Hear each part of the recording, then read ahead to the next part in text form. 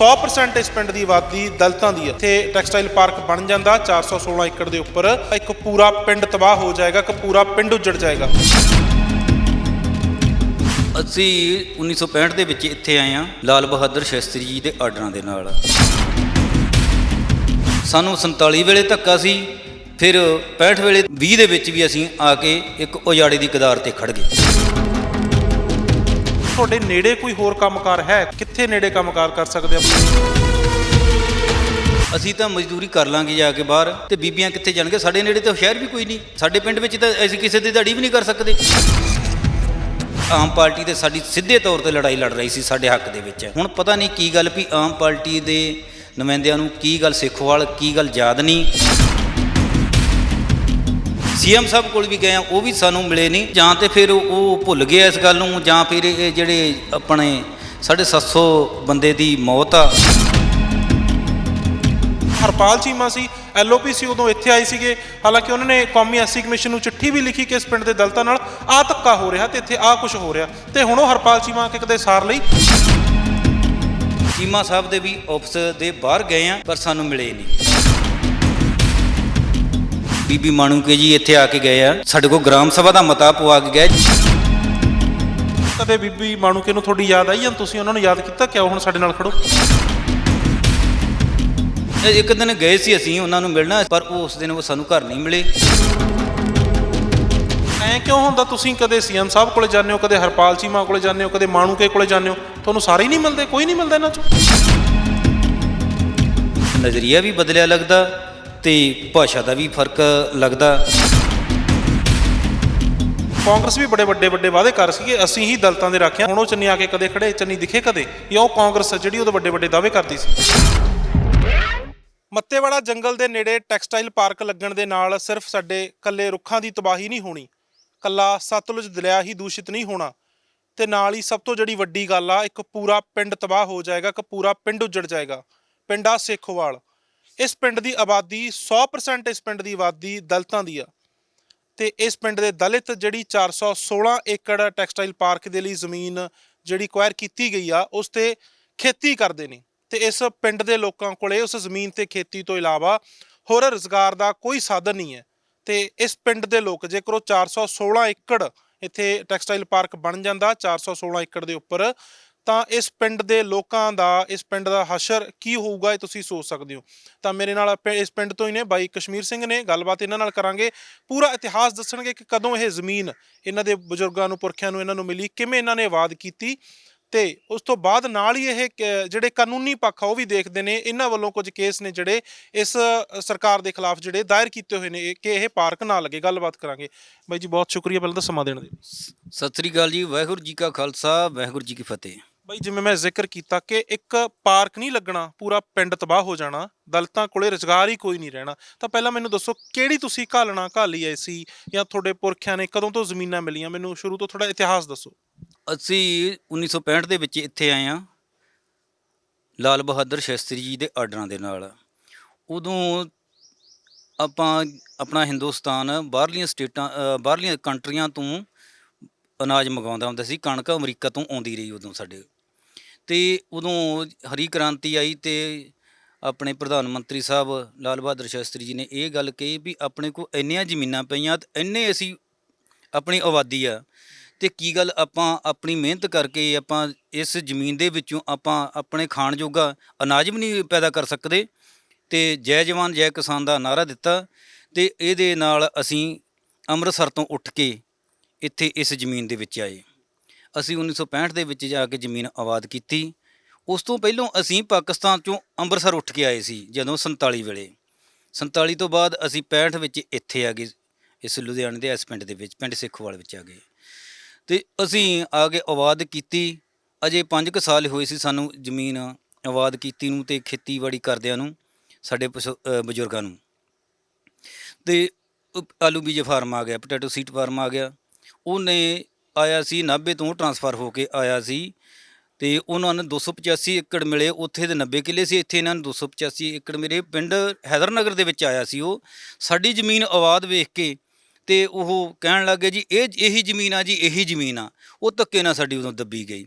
1970 ਦੇ ਵਿੱਚ ਉਹਨਾਂ ਨੇ ਦੱਬੀ। ਸਾਡੇ ਦੇ ਉੱਤੇ ਬਜ਼ੁਰਗਾਂ ਨੂੰ ਬਥੇਰੀ ਇਹਨਾਂ ਨੇ ਪੁਲਿਸਾਂ ਵੀ ਪੈਂਦੀਆਂ ਰਹੀਆਂ, ਕੁੱਟਦੇ ਵੀ ਰਹੇ, ਕਈ ਕੁਛ ਲੜਾਈ ਝਗੜੇ ਵੀ ਕਰਦੇ ਰਹੇ, ਪਰ ਨਹੀਂ, ਅੱਗੇ ਪਿੱਛੇ ਉਹਨਾਂ ਦਾ ਸਰਕਾਰ ਦਾ ਹੱਥ ਸੀ ਤੇ ਪਰ ਉਹ ਸਾਡੇ ਕੋਲੋਂ ਸੂਤ ਨਹੀਂ ਆਏ। ਆਖਰ ਨੂੰ ਸਾਨੂੰ ਪਿੰਜਰੇ ਵਿੱਚ ਬੰਦ ਕਰ ਲਿਆ। ਇੱਕ ਆ 10.5 ਏਕੜ ਦਾ ਪਿੰਡ ਆ ਸਾਡਾ, ਇਹਦੇ ਵਿੱਚ ਅਸੀਂ ਬੰਦ ਹੋ ਕੇ ਰਹਿ ਗਏ। ਫਿਰ 1986 ਦੇ ਵਿੱਚ ਸਾਡੀ ਇਹ ਪੰਚਾਇਤ ਦੀ ਜ਼ਮੀਨ ਹੋਈ। ਪਹਿਲਾਂ ਇਹ ਜ਼ਮੀਨ ਸੈਂਟਰ ਗੌਰਮੈਂਟ ਦੀ ਸੀ, ਫਿਰ ਪੰਚਾਇਤ ਦੀ ਹੋਈ 86 ਵਿੱਚ। ਜਦੋਂ ਸਾਨੂੰ ਪਤਾ ਲੱਗਿਆ ਵੀ ਚਲੋ ਸਾਡੀ ਪੰਚਾਇਤ ਦੀ ਜ਼ਮੀਨ ਹੋ ਗਈ ਆ ਤੇ ਚਲੋ ਆਪਣਾ ਪਰਮਾਤਮਾ ਨੇ ਟਾਹਣੀ ਨਵਾਤੀ ਵੀ ਅਸੀਂ ਇਹ ਜ਼ਮੀਨ ਆਪਾਂ ਲੈ ਸਕਦੇ ਹਾਂ। 88 ਵਿੱਚ ਅਸੀਂ ਕੇਸ ਲਾਤਾ DDPO ਸਾਹਿਬ ਦੇ। DDPO ਦੇ ਸਾਹਿਬ ਤੋਂ ਬਾਅਦ ਫਿਰ ਡਾਇਰੈਕਟਰ ਦੇ ਗਿਆ, ਡਾਇਰੈਕਟਰ ਤੋਂ ਫਿਰ ਹਾਈ ਕੋਰਟ ਵਿੱਚ, ਹਾਈ ਕੋਰਟ ਤੋਂ ਸੁਪਰੀਮ ਕੋਰਟ, ਤਕਰੀਬਨ ਸਾਡੇ ਸਾਰੇ ਹੱਕ 'ਚ, ਪੰਚਾਇਤ ਦੇ ਹੱਕ 'ਚ ਹੁੰਦੇ ਰਹੇ। ਅਤੇ ਫਿਰ ਸੁਪਰੀਮ ਕੋਰਟ ਤੋਂ ਫਿਰ ਇੱਕ ਦੂਜੀ ਰੀਲ ਚੱਲ ਪਈ ADC ਦੇ, ADC ਤੋਂ ਫਿਰ ਡਾਇਰੈਕਟਰ ਦੇ। ਫਿਰ 2014 ਦੇ ਵਿੱਚ ਸਾਨੂੰ ਇਹ ਹਾਈ ਕੋਰਟ ਨੇ ਜ਼ਮੀਨ ਦਿੱਤੀ ਤੇ ਅਸੀਂ ਚਕੂਤੇ ਤੇ ਪੰਚਾਇਤ ਤੋਂ ਵਾਹੁਣ ਲੱਗ ਗਏ। ਅਤੇ ਅਸੀਂ ਚਲੋ ਵਾਏ, ਅਜੇ 5-6 ਸਾਲ ਹੀ ਅਜੇ ਹੋਏ ਸੀ ਸਾਨੂੰ ਵਾਹੁੰਦਿਆਂ ਨੂੰ। 14 ਤੋਂ ਲੱਗ ਕੇ 2020 ਦੇ ਵਿੱਚ, 2020 ਦੇ ਵਿੱਚ ਮੰਨ ਲਓ ਕਿ ਸਾਨੂੰ ਇਹ ਸਰਕਾਰੀ ਸਾਡਾ ਅਜਾੜੂ ਫਰਮਾਨ ਆ ਗਿਆ ਜੀ, ਇਹ ਅਸੀਂ ਇੱਥੇ ਅਸੀਂ ਇੰਡਸਟਰੀਅਲ ਪਾਰਕ ਬਣਾਉਣਾ, ਇਹ ਜ਼ਮੀਨ ਸਾਨੂੰ ਚਾਹੀਦੀ ਆ। ਅਤੇ ਸਾਨੂੰ ਉਦੋਂ ਤੋਂ ਹੀ ਫਿਰ ਦੁਬਾਰੇ ਸਾਡੀ ਲੜਾਈ ਚਾਲੂ ਹੋ ਗਈ। ਫਿਰ ਅਸੀਂ ਇਹਦੇ ਉੱਤੇ ਕੇਸ ਵੀ ਕੀਤੇ ਵੀ ਮਤਲਬ ਕਿਸ ਤਰ੍ਹਾਂ ਵੀ ਕਰਕੇ, ਅਤੇ ਅਸੀਂ ਕਾਫੀ ਤਸ਼ੱਦਦ ਤੇ ਇਹਦੇ ਉੱਤੇ ਸਹਿੰਦੇ ਰਹੇ। ਕਦੇ ਸਰਕਾਰ ਨੇ ਸਾਡੀ ਪੰਚਾਇਤ ਨੂੰ ਆ ਕੇ ਕਹਿ ਦੇਣਾ ਜੀ ਇਹ ਸਰਕਾਰੀ ਆਰਡਰ ਆ ਜੀ, ਇਹ ਤਾਂ ਤੁਹਾਨੂੰ ਭੁਗਤਾਉਣੇ ਪੈਣੇ ਆ, ਜ਼ਮੀਨ ਸਰਕਾਰੀ। ਜਦੋਂ 2020 ਦੇ ਵਿੱਚ ਆ ਕੇ ਇੱਕ ਫਿਰ ਹੋਰ ਫਰਮਾਨ ਜਾਰੀ ਕਰਤਾ ਕਿ ਇੱਥੇ ਤਾਂ ਜੀ ਇੰਡਸਟਰੀਅਲ ਪਾਰਕ ਲੱਗੂਗਾ, ਤਾਂ ਫਿਰ ਇੰਨੀ ਮਿਹਨਤ, ਜ਼ਮੀਨ ਆਬਾਦ ਕੀਤੀ, ਵਾਹੀਯੋਗ ਬਣਾਈ, ਤਾਂ ਇੱਕ ਬਹੁਤ ਵੱਡਾ ਧੱਕਾ ਜਿਹੜਾ ਉਦੋਂ ਲੱਗਿਆ। ਬਹੁਤ ਵੱਡਾ ਧੱਕਾ ਲੱਗਿਆ ਜੀ। ਜਿਵੇਂ ਸਾਨੂੰ 47 ਵੇਲੇ ਧੱਕਾ ਸੀ, ਫਿਰ 65 ਵੇਲੇ ਤੇ ਚਲੋ ਅਸੀਂ ਆਪ ਆਏ ਸੀ, ਯਾਨੀ ਉੱਥੋਂ ਤੋਂ ਜਿੜ ਕੇ ਹੀ ਆਏ ਸੀ ਨਾ। ਇਹ ਉਦੋਂ ਸਾਨੂੰ ਐਂ ਲੱਗਿਆ ਵੀ ਜਿਵੇਂ ਇੱਕ ਵਾਰੀ 65 ਵਿੱਚ, ਫਿਰ 70 ਵਿੱਚ ਜਿਹੜੇ, ਫਿਰ ਅਸੀਂ 20 ਦੇ ਵਿੱਚ ਵੀ ਅਸੀਂ ਆ ਕੇ ਇੱਕ ਉਜਾੜੇ ਦੀ ਕਦਾਰ 'ਤੇ ਖੜ੍ਹ ਗਏ। ਉਦੋਂ ਤਾਂ ਇਹ ਸੀ ਵੀ ਕਿ ਦੇਸ਼ ਨੇ ਆਜ਼ਾਦ ਹੋਣਾ ਸੀ, ਦੇਸ਼ ਦੀ ਵੰਡ ਹੋਈ ਸੀ, ਪਰ ਇਹ ਤਾਂ ਤੁਸੀਂ ਆਪਣੇ ਦੇਸ਼ ਦੇ ਵਿੱਚ ਹੀ ਹੁਣ ਇੱਕ ਤਰ੍ਹਾਂ ਨਾਲ ਤੁਹਾਨੂੰ ਉਜਾੜਨ ਦੀਆਂ ਕੋਸ਼ਿਸ਼ਾਂ ਨੇ। ਇਹ ਜੀ ਦੇਸ਼ ਦੀਆਂ ਨੀਤੀਆਂ ਦੇ ਆ, ਪਰ ਦੇਸ਼ ਦੀਆਂ ਨੀਤੀਆਂ ਇਹੋ ਜਿਹੀਆਂ ਨਹੀਂ ਗੀਆਂ ਜਿਹੋ ਜਿਹੇ ਆਮ ਬੰਦਿਆਂ ਦੀਆਂ ਅਤੇ ਆਮ ਮਤਲਬ ਸਰਕਾਰਾਂ ਦੀਆਂ ਆ। ਅਤੇ ਚਲੋ ਅਸੀਂ ਇਹਦੇ ਵਿੱਚ ਜਦੋਂ 70 ਦੇ ਜਾਂ 20 ਦੇ ਵਿੱਚ ਇਹਨਾਂ ਨੇ ਸਾਨੂੰ ਕਿਹਾ ਜੀ ਇੱਦਾਂ ਵੀ ਅਸੀਂ ਜ਼ਮੀਨ ਸਾਨੂੰ ਚਾਹੀਦੀ ਆ, ਅਸੀਂ ਪੰਚਾਇਤ ਨੂੰ ਲਗਾਤਾਰ ਆਉਣ ਲੱਗ ਗਏ ਇਹ ਮਤਲਬ ਸੈਕਟਰੀ ਵੀਡੀਓ ਸਾਡੇ ਪੰਚਾਇਤ ਨੂੰ ਆ ਕੇ ਪ੍ਰੈਸ਼ਰ ਪਾਉਣ ਲੱਗ ਗਏ। ਅਤੇ ਇਹਨਾਂ ਕਿਹਾ ਵੀ ਅਸੀਂ ਜ਼ਮੀਨ ਨਹੀਂ ਦੇਣੀ, ਅਸੀਂ ਤਾਂ ਮਸਾਂ ਜ਼ਮੀਨ ਬਣਾਈਆਂ, 35-36 ਸਾਲ ਕੇਸ ਲੜ ਕੇ ਕੋਰਟਾਂ ਦੇ ਵਿੱਚ ਲਾ ਕੇ ਅਤੇ ਅਸੀਂ ਜ਼ਮੀਨ ਬਣਾਈਆਂ, ਅਸੀਂ ਜ਼ਮੀਨ ਤੁਹਾਨੂੰ ਹੁਣ ਕਿਵੇਂ ਦੇ ਦਈਏ। ਅਤੇ ਨਹੀਂ ਜੀ ਇਹ ਤਾਂ ਸਰਕਾਰ ਦੀ ਜ਼ਮੀਨ ਆ, ਸਰਕਾਰ ਜਦੋਂ ਮਰਜ਼ੀ ਲੈ ਸਕਦੀ ਆ। ਅਤੇ ਅਸੀਂ ਆਖਿਆ ਜੇ ਸਰਕਾਰ ਜਦੋਂ ਜ਼ਮੀਨ ਇਹ ਬਣਾ ਨਹੀਂ ਸਕਦੀ ਅਤੇ ਇਹ ਲੈ ਕਿਵੇਂ ਸਕਦੀ ਆ। ਅਤੇ ਇਹ ਜੀ ਤੁਸੀਂ ਸਰ ਵੱਡੇ ਅਫਸਰ ਨੂੰ ਕਿਸੇ ਨੂੰ ਮਿਲਿਓ, ਹੁਣ ਵੱਡਾ ਅਫਸਰ ਜਵਾਬ ਦੇਣ ਕਿਹੜਾ ਆਵੇ ਇੱਥੇ, ਅਤੇ ਆਉਂਦੇ ਤਾਂ ਸਾਡੇ ਕੋਲ ਛੋਟੀ ਸੀ ਵੀਡੀਓ ਆ ਜਾਏ, ਸੈਕਟਰੀ ਆ ਗਿਆ। ਅਤੇ ਇਹਨਾਂ ਜੀ ਕਿਸੇ ਵੀ ਗਲਤ ਨਾ ਕਰਾਉਂਦਿਆਂ ਸਾਡੇ ਕੋਲੋਂ ਮਤਲਬ ਇਹ ਪੰਚਾਇਤ ਨੂੰ ਕਹਿ ਦਿੱਤਾ ਵੀ ਅਸੀਂ ਚਲੋ ਜ਼ਮੀਨ ਨਹੀਂ ਅਸੀਂ ਤੁਹਾਡੇ ਕੋਲੋਂ ਲੈਂਦੇ, ਤੁਸੀਂ ਇੱਕ ਮਤਾ ਪਾ ਦਿਓ ਸਾਨੂੰ ਸਰਕਾਰ ਪ੍ਰੈਸ਼ਰ ਬਹੁਤ ਪਾ ਰਹੀ ਆ। ਉਦੋਂ ਕੈਪਟਨ ਦੀ ਸਰਕਾਰ ਸੀ 2020 ਦੇ ਵਿੱਚ, ਜਿਹੜੇ ਇਹ ਫਰਮਾਨ ਕੈਪਟਨ ਵੱਲੋਂ ਆਏ ਸੀ। ਇਹਨਾਂ ਨੇ ਫਿਰ ਕਹਿੰਦੇ ਵੀ ਸਾਨੂੰ ਸਾਡੀ ਪੰਚਾਇਤ ਨੂੰ ਕਹਿੰਦੇ ਵੀ ਤੁਸੀਂ ਇੱਕ ਮਤਾ ਪਾ ਦਿਓ ਵੀ ਅਸੀਂ ਜ਼ਮੀਨ ਸਰਕਾਰ ਨਾਲ ਸਹਿਮਤ ਹਾਂ। ਅਤੇ ਇਹ ਕਹਿੰਦੇ ਵੀ ਪਰ ਅਸੀਂ ਜ਼ਮੀਨ ਨਹੀਂ ਤੁਹਾਡੀ ਲੈਂਦੇ, ਸਿਰਫ ਸਹਿਮਤੀ ਜਤਾਉਣੀ ਆ ਸਰਕਾਰ ਨੂੰ। ਇਹਨਾਂ ਨੇ ਪੰਚਾਇਤ ਨੇ ਮਤਾ ਪਾਤਾ, ਮਤਾ ਪਾਉਣ ਦੇ ਨਾਲ ਹੀ ਉਹਨਾਂ ਦੇਖਿਆ ਵੀ ਹੁਣ ਪੰਚਾਇਤ ਸਾਡੇ ਗੇੜ ਦੇ ਵਿੱਚ ਆ ਗਈ ਆ, ਇਹਨਾਂ ਨੇ ਜੀ ਛੇਤੀ ਦਿਨ ਪੈਸੇ ਪਾ ਦਿੱਤੇ। ਨਹੀਂ, ਤੁਸੀਂ ਹੁਣ ਐਡੀ ਵੱਡੀ ਲੜਾਈ ਲੜ ਰਹੇ ਹੋ ਤਾਂ ਉਦੋਂ ਨਹੀਂ ਸੀ ਸਵਾਲ ਕੀਤਾ ਕਿ ਸਹਿਮਤੀ ਕਾਹਦੇ ਲਈ, ਫਿਰ ਜਦੋਂ ਤੁਸੀਂ ਸਾਡੀ ਜ਼ਮੀਨ ਲੈਣੀ ਹੋਣੀ। ਮੈਂ ਤੇ ਨਾ ਪੰਚਾਇਤ ਮੈਂਬਰ, ਨਾ ਮੈਂ ਸਰਪੰਚ ਹਾਂ, ਸਾਡੀ ਭਰਜਾਈ ਸਰਪੰਚ ਆ। ਅਤੇ ਪਰ ਅਸੀਂ ਪੰਚਾਇਤ ਦੇ ਮੈਂ ਤਾਂ ਸ਼ੁਰੂ ਦੇ ਵਿੱਚ ਹੀ ਇਹ ਜ਼ਮੀਨ ਦੇਣ ਦੇ ਵਿੱਚ ਖੁਸ਼ ਨਹੀਂ ਸੀ। ਅਤੇ ਵੈਸੇ ਜੇ ਮੈਂ ਇਕੱਲਾ ਨਹੀਂ ਸੀ ਖੁਸ਼, ਕੋਈ ਵੀ ਨਹੀਂ ਸੀ ਖੁਸ਼ ਇਹ ਜ਼ਮੀਨ ਦੇਣ, ਕਿਉਂ ਹਰ ਇੱਕ ਨੇ ਲੜਾਈ ਲੜੀ ਆ। ਇਹ ਜਿਹੜੀ 35-36 ਸਾਲ ਲੜਾਈ ਲੜੀ ਹੈ, ਇਹ ਪੂਰੇ ਪਿੰਡ ਨੇ ਲੜਾਈ ਲੜੀ ਆ। ਅਤੇ ਉਹ ਕਹਿੰਦੇ ਵੀ ਚਲੋ ਆਪਾਂ ਕਿਹੜੀ ਜ਼ਮੀਨ ਦੇਣੀ ਆ, ਚਲੋ ਆਪਾਂ ਇੱਕ ਵਾਰੀ ਇਹਨੂੰ ਸਰਕਾਰ ਦੇ ਨਾਲ ਸਹਿਮਤੀ ਜਤਾ ਦਿੰਦੇ ਹਾਂ। ਉਹ ਸਹਿਮਤੀ ਜਤਾਉਣ ਦੇ ਨਾਲ ਇਹਨਾਂ ਦੇ ਖਾਤੇ ਵਿੱਚ ਪੰਚਾਇਤ ਦੇ ਪੈਸੇ ਪਾ ਦਿੱਤੇ।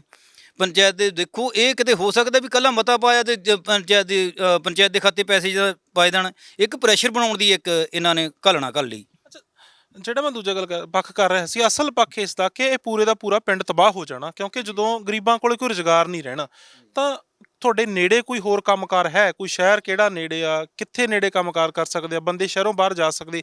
ਕੀ ਬੀਬੀਆਂ ਵੀ ਜਾ ਸਕਦੀਆਂ ਨੇ ਜਾਂ ਫਿਰ ਉਹ ਘਰਾਂ 'ਚ ਹੀ ਰਹਿ ਜਾਣਗੇ ਸੀਮਤ ਭੁੱਖੇ ਮਰਨ ਦੇ ਲਈ? ਦੇਖੋ ਜੀ, ਅਸੀਂ ਪਹਿਲੋਂ ਵੀ ਮਜ਼ਦੂਰ, ਜਦੋਂ ਸਾਨੂੰ 70 ਦੇ ਵਿੱਚ ਉਜਾੜਿਆ ਗਿਆ ਨਾ, ਉਦੋਂ ਵੀ ਅਸੀਂ ਮਜ਼ਦੂਰੀ ਕਰਦੇ ਸੀ।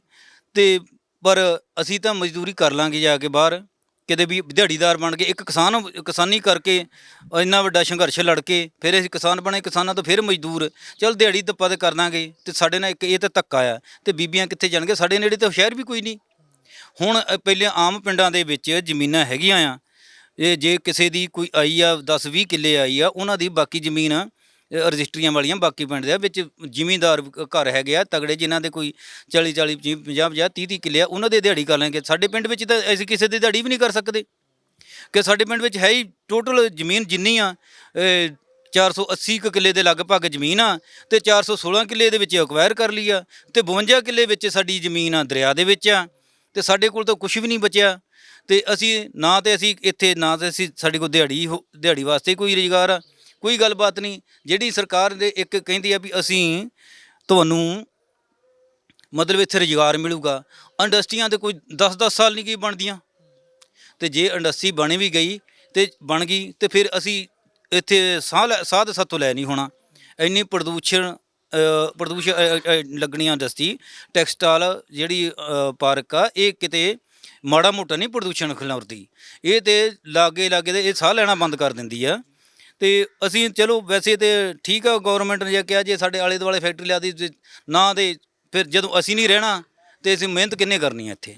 ਲਗਭਗ ਸਾਨੂੰ ਤਾਂ ਮਾਰ ਦਿੱਤਾ। ਇਹ ਸਮਝ ਲਓ ਵੀ ਇਹ 750 ਜਿਹੜਾ ਜੀਵ ਆ ਇੱਥੇ, ਇਹਨਾਂ ਦਾ ਇਹ ਕਤਲ ਕਰਕੇ ਤੇ ਫਿਰ ਇੱਥੇ ਇੰਡਸਟਰੀਅਲ ਪਾਰਕ ਲਿਆ ਰਹੇ। ਅੱਛਾ, ਇਹੀ ਮੁੱਖ ਮੰਤਰੀ ਜਿਹੜੇ ਹੁਣ ਮੁੱਖ ਮੰਤਰੀ ਨੇ, ਹੁਣ ਇਹ ਕਾਂਗਰਸ ਦੇ, ਹਾਲਾਂਕਿ ਪ੍ਰੋਜੈਕਟ ਇਹ ਕਾਂਗਰਸ ਲੈ ਕੇ ਆਈ, ਕਾਂਗਰਸ ਨੇ ਮਨਜ਼ੂਰੀ ਦਿੱਤੀ, ਹੁਣ ਇਹਨੂੰ ਇਹ ਸਵੀਕਾਰ ਕਰ ਲੈਂਦੇ ਨੇ ਮੁੱਖ ਮੰਤਰੀ ਭਗਵੰਤ ਮਾਨ, ਤੇ ਉਦੋਂ ਇੱਥੇ ਆ ਕੇ ਇਹਦਾ ਵਿਰੋਧ ਕਰਦੇ ਹੁੰਦੇ ਸੀਗੇ। ਉਹਨਾਂ ਨੂੰ ਕੀ ਕਹਿਣਾ ਚਾਹੋਗੇ? ਦੇਖੋ ਜੀ, ਇਹ ਸਾਡਾ ਮੁੱਖ ਮੰਤਰੀ ਆ, ਅਸੀਂ ਤਾਂ ਇਹਨੂੰ ਕਹਿ ਵੀ ਨਹੀਂ ਸਕਦੇ। ਅਸੀਂ ਬੜੇ ਜ਼ੋਰ ਨਾਲ, ਇਹ ਬੜੀ ਹਿੰਮਤ ਨਾਲ ਅਸੀਂ ਇਹ ਮੁੱਖ ਮੰਤਰੀ ਸਾਹਿਬ ਬਣਾਇਆ, ਤੇ ਅਸੀਂ ਇਹ ਆਪਣੇ ਵਿਧਾਇਕ ਸਾਹਿਬ ਜਿਤਾਏ, ਤੇ ਅਸੀਂ ਰਾਤ ਦਿਨ ਮਿਹਨਤ ਕੀਤੀ। ਜਦੋਂ ਇੱਥੇ ਕੈਪਟਨ ਸਰਕਾਰ ਨੇ ਇਹ ਐਲਾਨ ਕੀਤਾ ਸੀ, ਉਦੋਂ ਸਾਡੇ ਨਾਲ ਆਮ ਪਾਰਟੀ ਆ ਕੇ ਖੜੀ ਸੀ। ਅਸੀਂ ਇਹਨਾਂ ਨੂੰ ਰੱਬ ਵਾਂਗੂ ਪੂਜਦੇ ਹਾਂ, ਤੇ ਵੀ ਠੀਕ ਆ ਜੀ, ਸਾਡੇ ਬੰਦੇ ਵੀ ਇਹ ਕੋਈ ਨਾ ਕੋਈ ਤਾਂ ਸਾਡੇ ਆ ਕੇ ਖੜਾ ਆ ਕੇ, ਤੇ ਅਸੀਂ ਬਹੁਤ ਇਹਨਾਂ ਦੀ ਇੱਜ਼ਤ ਕਰਦੇ ਹਾਂ, ਤੇ ਅਜੇ ਵੀ ਇੱਜ਼ਤ ਕਰਦੇ ਹਾਂ। ਵੀ ਚਲੋ ਠੀਕ ਆ, ਜੇ ਆਪਣੇ ਇੱਥੇ ਰਿਪੋਰਟ ਸਹੀ ਨਹੀਂ ਨਾ ਗਈ ਤੇ ਮਾਨ ਸਾਹਿਬ ਕੋਲੇ, ਤੇ ਰਿਪੋਰਟ ਚਲੋ ਅਸੀਂ ਤੁਹਾਡੇ ਚੈਨਲ ਜ਼ਰੀਏ ਹੀ ਅਸੀਂ ਕਹਿੰਦੇ ਹਾਂ ਵੀ ਇੱਥੋਂ ਦਾ ਸਾਡੇ ਹਾਲਾਤ ਆ ਕੇ ਦੇਖੋ। ਵੈਸੇ ਬੀਬੀ ਮਾਣੂਕੇ ਜੀ ਇੱਥੇ ਆ ਕੇ ਗਏ ਆ, ਉਹ ਸਾਡੇ ਕੋਲ ਗ੍ਰਾਮ ਸਭਾ ਦਾ ਮਤਾ ਪਵਾ ਕੇ ਗਏ। LOP ਸੀਗੇ ਹਰਪਾਲ ਚੀਮਾ, ਤੇ ਉਹ ਵੀ ਉਦੋਂ ਇੱਥੇ ਆ ਕੇ ਗਏ ਸੀ। ਤੇ ਮੈਂ ਦਲਿਤ ਆਗੂਆਂ ਦੀ ਖੁੱਲ੍ਹ ਕੇ ਗੱਲ ਕਰ ਲੈਂਦੇ ਆਪਾਂ, ਮੈਂ ਦਲਿਤ ਲੀਡਰਾਂ ਦੀ ਗੱਲ ਕਰ ਲੈਣਾ। ਹਰਪਾਲ ਚੀਮਾ ਸੀ, LOP ਸੀ, ਉਦੋਂ ਇੱਥੇ ਆਏ ਸੀਗੇ। ਹਾਲਾਂਕਿ ਉਹਨਾਂ ਨੇ ਕੌਮੀ ਐਸਸੀ ਕਮਿਸ਼ਨ ਨੂੰ ਚਿੱਠੀ ਵੀ ਲਿਖੀ ਕਿ ਇਸ ਪਿੰਡ ਦੇ ਦਲਿਤਾਂ ਨਾਲ ਆਹ ਧੱਕਾ ਹੋ ਰਿਹਾ ਤੇ ਇੱਥੇ ਆਹ ਕੁਝ ਹੋ ਰਿਹਾ, ਤੇ ਹੁਣ ਉਹ ਹਰਪਾਲ ਚੀਮਾ ਆ ਕੇ ਕਦੇ ਸਾਰ ਲਈ, ਜਾਂ ਤੁਸੀਂ ਤਾਂ ਉਹਨਾਂ ਤੱਕ ਕਦੇ ਪਹੁੰਚ ਕੀਤੀ? ਕੀ ਕਹਿੰਦੇ ਨੇ ਹਰਪਾਲ ਚੀਮਾ? ਨਹੀਂ ਜੀ, ਸਾਡਾ MLA ਸਾਹਿਬ ਕੋ ਅਸੀਂ ਗਏ ਹਾਂ, ਜਦੋਂ ਦੀ ਸਰਕਾਰ ਬਣੀ ਆ, ਅਸੀਂ ਘੱਟੋ ਘੱਟ ਮੇਰਾ ਖਿਆਲ ਅਜੇ 100 ਕੁ ਦਿਨ ਹੀ ਹੋਇਆ ਜੇ, ਤੇ ਮੇਰੇ ਖਿਆਲ ਸਾਡੇ ਉੱਥੇ ਜੇ 100 ਦਿਨ ਦੇ ਵਿੱਚ 50 ਗੇੜੇ ਤੇ ਉੱਥੇ ਜ਼ਰੂਰ ਲੱਗ ਗਏ ਆ MLA ਸਾਹਿਬ ਕੋ। MLA ਸਾਹਿਬ ਸਾਡਾ ਕਹਿੰਦੇ ਸੀ ਤੁਹਾਡੀ ਗੱਲ ਚੱਲਦੀ ਆ, ਪਹੁੰਚਾਤੀ ਆ, ਉੱਥੇ ਸਰਕਾਰ ਦੇ ਵਿੱਚ ਪਹੁੰਚਾਤੀ ਆ। ਤੇ ਇੱਕ ਵਾਰੀ ਹੋਈ ਸੀ ਗੱਲ ਵੀ ਅਸੀਂ ਗਏ ਸੀ ਮਾਨ ਸਾਹਿਬ ਦੇ ਆਫਿਸ ਵਿੱਚ, ਪਰ ਸਾਨੂੰ ਮਿਲੇ ਨਹੀਂ। ਉੱਥੇ ਦਫ਼ਤਰ ਵਿੱਚ ਜਾ ਕੇ ਅਸੀਂ ਜ਼ਰੂਰ ਉਹਨਾਂ ਦੇ CM ਆਫਿਸ ਜ਼ਰੂਰ ਗਏ ਆ, ਤੇ ਪਰ ਸਾਡੀ ਮਾਨ ਸਾਹਿਬ ਨਾਲ ਉੱਥੇ ਮੁਲਾਕਾਤ ਨਹੀਂ ਹੋਈ। ਚੀਮਾ ਸਾਹਿਬ ਦੇ ਵੀ ਆਫਿਸ ਦੇ ਬਾਹਰ ਗਏ ਆ, ਪਰ ਉਸ ਦਿਨ ਉਹ ਉੱਥੇ ਹੈ ਨਹੀਂ ਸੀ, ਪਰ ਸਾਨੂੰ ਮਿਲੇ ਨਹੀਂ। ਤੇ ਅਸੀਂ ਤੇ ਆਪਣੇ MLA ਸਾਹਿਬ 'ਤੇ ਹੀ ਭਰੋਸਾ ਕੀਤਾ, ਮੁੰਡਿਆਂ ਸਾਹਿਬ 'ਤੇ ਹੀ, ਵੀ ਠੀਕ ਆ ਜੀ, ਅਸੀਂ ਇੰਨੀ ਮਿਹਨਤ ਇਹਨਾਂ ਪਿੱਛੇ ਕੀਤੀ ਆ ਵੀ ਨਾਲੇ ਇਹਨਾਂ ਦਾ ਵੀ MLA ਸਾਹਿਬ ਦਾ ਵੀ ਇੱਕ ਸਾਡੇ ਨਾਲ ਵਾਅਦਾ ਸੀ ਵੀ ਜਦੋਂ ਅਸੀਂ ਸਰਕਾਰ ਆਪਣੀ ਆ ਗਈ ਤੇ ਪਹਿਲਾ ਕੰਮ ਤੁਹਾਡਾ। ਇਹੀ ਵਾਅਦਾ ਸਾਡਾ ਚੀਮਾ ਸਾਹਿਬ ਇੱਥੇ ਆ ਕੇ ਕਰਕੇ ਗਏ ਆ ਵੀ ਜੇ ਪਹਿਲੀ ਆਪਣੀ ਜਦੋਂ ਸੈਸ਼ਨ ਬੈਠੂਗਾ, ਪਹਿਲੀ ਸੈਸ਼ਨ ਦੇ ਵਿੱਚ ਪਹਿਲਾਂ ਇਹ ਨੋਟੀਫਿਕੇਸ਼ਨ ਰੱਦ ਕਰਾਂਗੇ। ਤੇ ਇਸ ਸੈਸ਼ਨ ਦੇ ਵਿੱਚ ਤਾਂ ਉਹਨਾਂ ਨੇ, ਦੂਜਾ ਸੈਸ਼ਨ ਸੀ ਹਾਲਾਂਕਿ, ਇਸ ਸੈਸ਼ਨ ਦੇ ਵਿੱਚ ਤਾਂ ਉਹਨਾਂ ਨੇ ਇਸ ਚੀਜ਼ ਨੂੰ ਸਵੀਕਾਰ ਕਰ ਲਿਆ, ਕੁਝ ਬੋਲੇ ਹੀ ਨਹੀਂ ਇਹਦੇ ਵਿਰੋਧ 'ਚ ਤਾਂ। ਤੇ ਦੇਖੋ ਜੀ, ਜਾਂ ਤੇ ਫਿਰ ਉਹ ਭੁੱਲ ਗਏ ਇਸ ਗੱਲ ਨੂੰ, ਜਾਂ ਫਿਰ ਇਹ ਜਿਹੜੇ ਆਪਣੇ 750 ਬੰਦੇ ਦੀ ਮੌਤ ਆ, ਤੇ ਉਹ ਜਾਂ ਇਹਨਾਂ ਨੂੰ ਭੁੱਲ ਗਏ, ਜਾਂ ਫਿਰ ਆਪਣੇ ਵਾਅਦੇ ਤੋਂ ਮੁੱਕਰਦੇ ਲੱਗਦੇ ਆ। ਤੇ ਵੈਸੇ ਅਸੀਂ ਬੇਨਤੀ ਕਰਦੇ ਹਾਂ ਵੀ ਤੁਸੀਂ ਨਾ ਵਾਅਦੇ ਭੁੱਲੋ ਤੇ ਨਾ ਮੁੱਕਰਨ ਵਾਲੇ ਬੰਨਿਓ। ਇਹ ਤੇ ਕਾਂਗਰਸ ਦੀਆਂ ਬਦਨਾਮੀ ਵਾਲੀਆਂ ਚੀਜ਼ਾਂ ਪੈਦਾ ਕੀਤੀਆਂ ਸੀ, ਤੁਸੀਂ ਸਵੀਕਾਰ ਨਾ ਕਰੋ। ਤੁਸੀਂ ਕਾਂਗਰਸ ਦੀ ਗੱਲ ਕੀਤੀ ਹੈ, ਹਾਲਾਂਕਿ ਉਦੋਂ ਕਾਂਗਰਸ ਵੀ ਬੜੇ ਵੱਡੇ ਵੱਡੇ ਵਾਅਦੇ ਕਰ ਸੀਗੇ, ਅਸੀਂ ਹੀ ਦਲਿਤਾਂ ਦੇ ਰਾਖਿਆਂ, ਤੇ ਉਹਨਾਂ ਨੇ ਇੱਕ ਚਿਹਰਾ ਲੈ ਕੇ ਆਂਦਾ ਚਰਨਜੀਤ ਸਿੰਘ ਚੰਨੀ, ਸਾਬਕਾ ਮੁੱਖ ਮੰਤਰੀ, ਤੇ ਹੁਣ ਉਹ ਚੰਨੀ ਆ ਕੇ ਕਦੇ ਖੜੇ, ਚੰਨੀ ਦਿਖੇ ਕਦੇ, ਜਾਂ ਉਹ ਕਾਂਗਰਸ ਜਿਹੜੀ ਉਦੋਂ ਵੱਡੇ ਵੱਡੇ ਦਾਅਵੇ ਕਰਦੀ ਸੀ? ਦੇਖੋ ਜੀ, ਚੰਨੀ ਤਾਂ ਕਦੇ ਸਾਡੇ ਪਿੰਡ ਨਹੀਂ ਆਇਆ, ਤੇ ਨਾ ਅਜੇ ਤੱਕ ਉਹਦਾ ਸਾਡੇ ਪਿੰਡ ਬਾਰੇ ਕੋਈ ਬਿਆਨ ਆਇਆ। ਤੇ ਸੁਖਪਾਲ ਖਹਿਰਾ ਆਏ ਸੀ, ਉਹਨਾਂ ਨੇ ਕੈਬਨਿਟ ਵਿੱਚ ਵੀ ਸਾਡੇ ਨਾਂ ਦਾ, ਜਿਵੇਂ ਇੱਥੇ ਹਰਪਾਲ ਸਿੰਘ ਚੀਮਾ ਜਦੋਂ ਵਿਰੋਧੀ ਧਿਰ ਵਿੱਚ ਹੀ ਸਾਡੇ ਨਾਂ ਦਾ ਕੈਬਨਿਟ ਵਿੱਚ ਇੱਥੇ ਨਾਅਰਾ ਲਾਉਂਦੇ ਹੁੰਦੇ ਸੀ ਸਾਡੇ ਹੱਕ ਦੇ ਵਿੱਚ, ਇਸ ਤਰ੍ਹਾਂ ਇੱਦਾਂ ਸੁਖਪਾਲ ਖਹਿਰੇ ਨੇ ਸਾਡੇ ਹੱਕ ਵਿੱਚ ਬੋਲੇ ਆ। ਅਤੇ ਉਦੋਂ ਸਾਨੂੰ ਬੀਬੀ ਮਾਣੂਕੇ ਜੀ ਅਤੇ ਇਹ ਚੀਮਾ ਸਾਹਿਬ ਅਤੇ ਮਾਨ ਸਾਹਿਬ ਬਹੁਤ ਵਧੀਆ ਲੱਗਦਾ ਵੀ ਸਾਡੇ ਹੱਕ 'ਚ ਬੋਲਦੇ ਆ। ਇਹ ਤਾਂ ਹੋ ਸਕਦਾ ਕਿ ਜਦੋਂ ਪਾਰਟੀਆਂ ਵਿਰੋਧ 'ਚ ਹੁੰਦੀਆਂ ਨੇ ਉਦੋਂ ਉਹਨਾਂ ਦੀ ਭਾਸ਼ਾ ਹੋਰ ਹੁੰਦੀ ਆ, ਤੇ ਜਦੋਂ ਸੱਤਾ 'ਚ ਆ ਜਾਂਦੇ ਨੇ ਮਤਲਬ ਸਿਆਸੀ ਲੋਕ, ਜਦੋਂ ਸੱਤਾ 'ਚ ਆ ਜਾਂਦੇ ਨੇ ਉਦੋਂ ਉਹਨਾਂ ਦੀ ਭਾਸ਼ਾ ਹੋਰ ਹੁੰਦੀ ਆ, ਨਜ਼ਰੀਆ ਬਦਲ ਜਾਂਦਾ ਉਹਨਾਂ ਦਾ, ਇਹ ਵੀ ਤਾਂ ਹੋ ਸਕਦਾ। ਵੈਸੇ ਚਲੋ, ਇਹ ਜਿਹੜੀ ਗੱਲ ਤੁਸੀਂ ਕਹੀ ਆ ਨਾ, ਇਹ ਦੋਨੇ ਗੱਲਾਂ ਸੱਚੀਆਂ ਲੱਗਦੀਆਂ ਮੈਨੂੰ, ਤੇ ਵੀ ਨਜ਼ਰੀਆ ਵੀ ਬਦਲਿਆ ਲੱਗਦਾ ਅਤੇ ਭਾਸ਼ਾ ਦਾ ਵੀ ਫਰਕ ਲੱਗਦਾ। ਅਤੇ ਪਰ ਅਸੀਂ ਆਪਣੀ ਪਾਰਟੀ ਨੂੰ ਅਸੀਂ ਬੇਨਤੀ ਕਰਦੇ ਹਾਂ, ਮੁੱਖ ਮੰਤਰੀ ਸਾਹਿਬ ਨੂੰ, ਚੀਮਾ ਸਾਹਿਬ ਨੂੰ, ਅਤੇ ਬੀਬੀ ਜੀ ਨੂੰ ਵੀ, ਅਸੀਂ ਬੀਬੀ ਮਾਣੂਕੇ ਜੀ ਨੂੰ ਵੀ, ਕਲਤਾਰ ਸੰਧਵਾਂ ਵੀ ਇੱਥੇ ਆ ਕੇ ਗਿਆ, ਅਤੇ ਇੱਕ ਆਪਣੀ ਸਰਕਾਰ ਦੇ ਨੁਮਾਇੰਦਾ ਵੀ ਆ ਕੇ, ਪ੍ਰਗਟ ਸਿੰਘ ਵੀ ਇੱਥੇ ਆ ਕੇ ਸਾਡੇ ਦੁੱਖ ਸਾਰ ਦੇ ਵਿੱਚ ਲਿਆ। ਪਰ ਆਮ ਪਾਰਟੀ ਤੇ ਸਾਡੀ ਸਿੱਧੇ ਤੌਰ 'ਤੇ ਲੜਾਈ ਲੜ ਰਹੀ ਸੀ ਸਾਡੇ ਹੱਕ ਦੇ ਵਿੱਚ, ਸਾਡੇ ਨਾਲ ਖੜੀ ਸੀ ਮੋਢੇ ਨਾਲ ਮੋਢਾ ਜੋੜ ਕੇ। ਅਤੇ ਪਰ ਹੁਣ ਪਤਾ ਨਹੀਂ ਕੀ ਗੱਲ ਵੀ ਆਮ ਪਾਰਟੀ ਦੇ ਨੁਮਾਇੰਦਿਆਂ ਨੂੰ ਕੀ ਗੱਲ ਸਿੱਖੋਵਾਲ ਕੀ ਗੱਲ ਯਾਦ ਨਹੀਂ, ਅਤੇ ਜਾਂ ਇਹ ਪਾਣੀ, ਦਰਿਆ ਅਤੇ ਜੰਗਲਾਤ ਕੋਈ ਹੁਣ ਇਹ ਚੰਗੇ ਲੱਗਣ ਲੱਗ ਗਏ, ਉੱਜੜਦੇ ਚੰਗੇ ਲੱਗਣ ਲੱਗ ਗਏ ਆ, ਅਤੇ ਕਹਿੰਦੇ ਵੀ ਦਰਖਤ ਨਹੀਂ ਵੱਢਿਆ ਜਾਊਗਾ। ਬਾਕੀ ਸਾਨੂੰ ਇਸ ਗੱਲ ਦਾ ਪਤਾ ਹੀ ਹੈ ਵੀ ਜਿੱਥੇ 1000 ਏਕੜ ਦੇ ਵਿੱਚ ਇੰਡਸਟਰੀ ਲੱਗੂਗੀ, ਜਿਹਦੇ ਵੱਟ ਨਾਲ ਵੱਟ ਸਾਂਝੀ ਆ, ਉਹ ਕਿਵੇਂ ਜੰਗਲ ਕਿਵੇਂ, ਉੱਥੇ ਦੇ ਜੀਵ ਕਿਵੇਂ ਬਚ ਜਾਣਗੇ, ਅਤੇ ਪੌਦੇ ਕਿਵੇਂ ਬਚ ਜਾਣਗੇ। ਅਤੇ ਜੇ ਅਸੀਂ ਕੱਟਣਾ ਨਹੀਂ ਨਾ, ਉੱਪਰਲੇ ਬੰਨੇ ਸੁੱਕਣੇ ਸ਼ੁਰੂ ਹੋ ਜਾਣੇ ਆ ਇਹ। ਅੱਛਾ ਬਈ, ਹੁਣ ਜਦੋਂ ਤੁਸੀਂ ਜ਼ਮੀਨ, ਹਾਲਾਂਕਿ ਤੁਸੀਂ ਨਹੀਂ ਛੱਡ ਰਹੇ, ਤਾਂ ਕਬਜ਼ਾ ਲੈਣ ਦੇ ਲਈ ਆਉਂਦੇ ਨੇ, ਡਰਾਉਂਦੇ, ਕਿਉਂਕਿ ਸਾਰੇ ਹੱਥਕੰਡੇ ਵਰਤੇ ਜਾਂਦੇ ਨੇ, ਪਿਆਰ ਨਾਲ ਲਾਲਚ ਵੀ ਦਿੱਤਾ ਜਾਂਦਾ ਹੋਊ ਤੁਹਾਨੂੰ, ਕਿ ਜਾਂ ਡਰਾਵਾ ਵੀ ਦਿੱਤਾ ਜਾਂਦਾ ਹੋਊਗਾ, ਤਾਂ ਇਸ ਤਰ੍ਹਾਂ ਦੀਆਂ ਹੁਣ ਤੁਹਾਡੇ ਨਾਲ ਹੁੰਦੇ ਨੇ, ਆਉਂਦੇ ਨਾ ਪ੍ਰਸ਼ਾਸਨ ਵਾਲੇ? ਹਾਂਜੀ, ਪ੍ਰਸ਼ਾਸਨ ਵਾਲੇ ਉਹ ਦੂਜੇ ਆਪਣੇ ਗਲਾਡਾ ਕੰਪਨੀ ਵਾਲੇ ਆਉਂਦੇ ਆ ਕੇ ਕਹਿੰਦੇ ਆ, ਅਸੀਂ ਤਾਂ ਉਹਨਾਂ ਨੂੰ ਕਹਿੰਦਾ ਵੀ ਸਾਡਾ ਕੋਰਟ ਵਿੱਚ ਚਲੋ ਕੇਸ ਆ, ਸਾਡੇ ਕੇਸ ਚੱਲ ਰਿਹਾ, 4 ਕੇਸ ਸਾਡੇ ਸਿਵਲ ਕੋਰਟ ਵਿੱਚ ਆ, ਇੱਕ ਸਾਡਾ ਹਾਈ ਕੋਰਟ ਵਿੱਚ ਚੱਲ ਰਿਹਾ ਆ। ਉਹ ਕਹਿੰਦੇ ਜੀ ਜ਼ਮੀਨ ਸਾਡੀ ਆ। ਅਸੀਂ ਆਖਿਆ ਵੀ ਤੁਹਾਡੀ ਕਿਵੇਂ ਆ? ਉਹ ਕਹਿੰਦੇ ਜੀ ਅਸੀਂ ਪੈਸੇ ਦਿੱਤੇ ਆ, ਰਜਿਸਟਰੀ ਕਰਾਈ ਆ। ਮੈਂ ਕਿਹਾ ਇਹ ਸਾਡੀ ਮਾਲਕੀ ਆ। ਮੈਂ ਕਿਹਾ ਤੁਹਾਡੀ ਰਜਿਸਟਰੀ ਨੂੰ ਅਤੇ ਮਾਲਕੀ ਨੂੰ ਅਸੀਂ ਚੈਲੰਜ ਕੀਤਾ ਆ। ਜਦੋਂ ਮਾਲਕੀ ਕਲੀਅਰ ਹੋ ਜੂਗੀ, ਚਲੋ ਜੇ ਤੁਹਾਡੀ ਕਲੀਅਰ ਹੋ ਜੇ ਤਾਂ ਠੀਕ ਆ, ਜੇ ਸਰਕਾਰ ਕੋਰਟ ਸਾਨੂੰ ਦੇ ਦੂਗਾ ਅਸੀਂ ਵਾਲਾਂਗੇ, ਜੇ ਤੁਹਾਡੀ ਹੋ ਗਈ ਅਤੇ ਤੁਹਾਡੀ, ਪਰ ਫੈਸਲਾ ਤਾਂ ਕੋਰਟ 'ਤੇ ਆ ਨਾ। ਪਰ ਜਿਹੜੀ ਇਹ ਮਾਲਕੀ ਆ, ਮਾਲਕੀ ਵੀ ਇਹਨਾਂ ਦੀ 2 ਨੰਬਰ ਦੇ ਵਿੱਚ ਆ। ਇਹ ਮਾਲਕੀ ਜਾਲੀ ਰਜਿਸਟਰੀ ਆ ਇਹਨਾਂ ਕੋਲ, ਰਾਤ ਨੂੰ ਜਾ ਕੇ ਰਜਿਸਟਰੀ ਕਰਾਈ ਆ ਇਹਨਾਂ ਨੇ। ਅਸੀਂ ਜਿਹੜਾ ਇਹ ਮਤੇ ਦੇ ਉੱਤੇ ਇਹਨਾਂ ਨੇ ਰਜਿਸਟਰੀ ਕਰਾਈ ਆ ਨਾ, 23/5 ਵਾਲੇ ਨੇ, ਅਸੀਂ 21/7 ਦਾ ਮਤਾ ਪਾ ਕੇ ਗ੍ਰਾਮ ਸਭਾ ਬੁਲਾ ਕੇ, ਬੀਬੀ ਮਾਣੂਕੇ ਜੀ ਆ ਕੇ ਮਤਾ ਪਵਾ ਕੇ ਗਈ ਆ। ਗਿਆਨ ਸਿੰਘ ਮੋਂਗੋ ਸੀ ਨਾਲ, ਹਮੀਰ ਸਿੰਘ ਸੀ ਨਾਲ, ਆਪਣੇ ਹੋਰ ਬੜੇ ਬੁੱਧੀਜੀਵ ਬਹੁਤ ਲੋਕ ਆਏ ਸੀ। ਤੇ ਹੁਣ ਕਦੇ ਬੀਬੀ ਮਾਣੂਕੇ ਨੂੰ ਤੁਹਾਡੀ ਯਾਦ ਆਈ, ਜਾਂ ਤੁਸੀਂ ਉਹਨਾਂ ਨੂੰ ਯਾਦ ਕੀਤਾ ਕਿ ਹੁਣ ਸਾਡੇ ਨਾਲ ਖੜੋ? ਹਾਂਜੀ, ਇੱਕ ਦਿਨ ਗਏ ਸੀ ਅਸੀਂ ਉਹਨਾਂ ਨੂੰ ਮਿਲਣਾ, ਅਸੀਂ ਹਰਦੀਪ ਸਿੰਘ ਕੋਲੇ ਗਏ ਸੀ। ਉਹਨਾਂ ਨੂੰ ਕਿਹਾ ਵੀ ਬੀਬੀ ਮਾਣੂਕੇ ਜੀ ਆਮ ਪਾਰਟੀ ਇਨਵੋਲਵ ਸੀ ਇਹਦੇ ਵਿੱਚ। ਕਹਿੰਦੇ, ਇਹਨਾਂ ਨੇ ਫਿਰ ਕਿਹਾ ਵੀ ਜਿਹੜੇ ਇਨਵੋਲਵ ਸੀ ਪਹਿਲਾਂ ਤੁਸੀਂ ਉਹਨਾਂ ਨੂੰ ਜਾ ਕੇ ਮਿਲੋ। ਉਹਨਾਂ ਨੇ ਭੇਜਿਆ ਅਤੇ ਫਿਰ ਅਸੀਂ ਉਹਨਾਂ ਕੋਲੇ ਗਏ, ਪਰ ਉਹ ਉਸ ਦਿਨ ਉਹ ਸਾਨੂੰ ਘਰ ਨਹੀਂ ਮਿਲੇ।